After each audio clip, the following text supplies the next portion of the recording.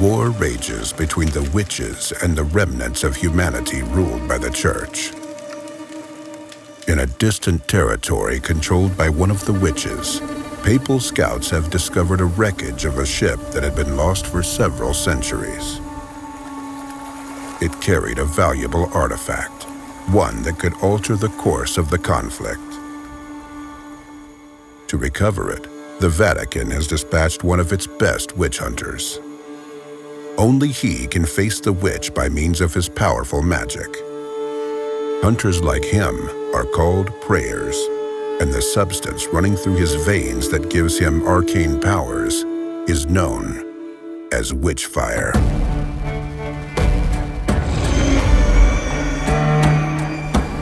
When you reach your destination, you're completely exhausted. There's very little Witchfire left in your blood.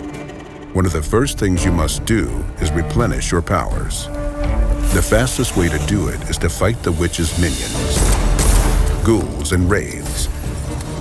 Once they're dead, the Witchfire they were made of will be yours. However, this won't be an easy prey.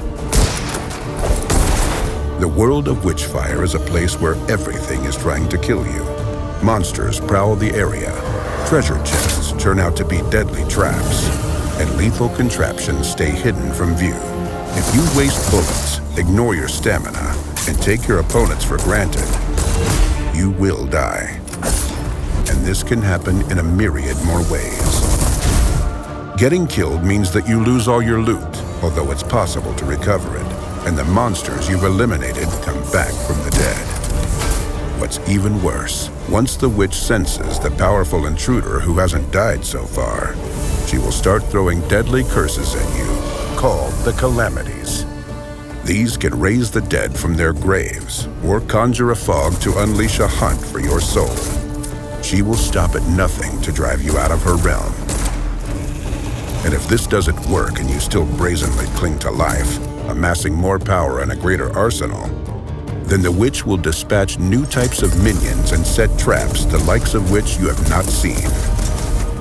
The world will change, adapting to your progress. This means more Witchfire to collect, but also more challenges to conquer. You find refuge in an old hermitage, enveloped in a fog that hides you from the witch's sight. From here, you will venture into her domain, trying to find the villain's lair. An enchanted mirror allows you to receive amazing inventions from the Vatican's gunsmiths. Here, you can also transform the Witchfire collected along the way into skills that become more and more powerful. This transformation does more than simply make you stronger. You also gain understanding of how magic works. Without this knowledge, many places remain inaccessible, and many magical objects are nothing more than a piece of paper with strange scribblings or a simple shard of iron. Let's examine this weapon, made for the prayer in the Vatican workshop. If you're unable to see through its esoteric shroud, it looks like a regular rifle. The more Witchfire courses through your veins, the more secrets reveal themselves to you. For instance, it turns out that the aforementioned rifle can hit several enemies with a single shot. This is how things are in this world, where common folk see nothing but a regular weapon, a seal with strange symbols, or a beautiful ring. A prayer recognizes brutally effective tools of death, spells based on one of the four elements, or magical signets that allow him to use telekinesis or teleportation. The prayer's task is simple: kill the witch and recover the artifact she stole. However, simple doesn't mean easy. Luckily for you, the prayer has more tools at his disposal than superhuman powers or a magical arsenal. Some of these implements are called the Arcana.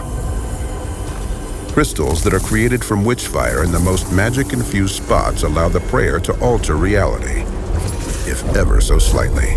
Will you enhance your spells with new abilities, weaken all of the witch's minions, or perhaps you will prefer to improve your shooting skills for a short while?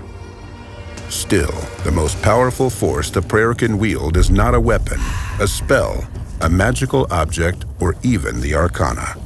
It's the freedom. When you embark on your journey, you set your own goals. Would you like to find and defeat the guard keeping watch over the witch's keys? Go right ahead. Or perhaps you prefer to steal some gold and return to the hermitage. No problem.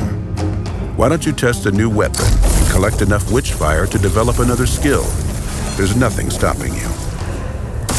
Every step you make during your journey marks a choice. You can rush into a huge mob of enemies and try to execute them in a frenzied dance of death, or opt for eliminating them one by one from afar.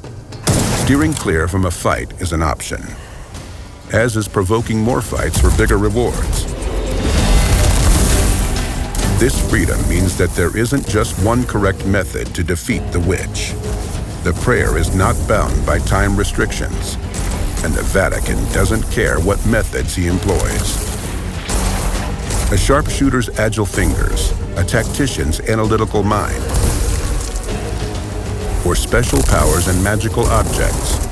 You can pick, choose, and match freely to achieve your goal. These are the bare bones of Witchfire. Discovering the rest is up to you. But here's a final thought. The witch knows that the prayers are immortal. Her goal is not to kill you. Her goal is to take away your belief that she can be defeated. When faced with hardship, you decide whether to give in to despair or get back on your feet and resume the fight. Godspeed, prayer.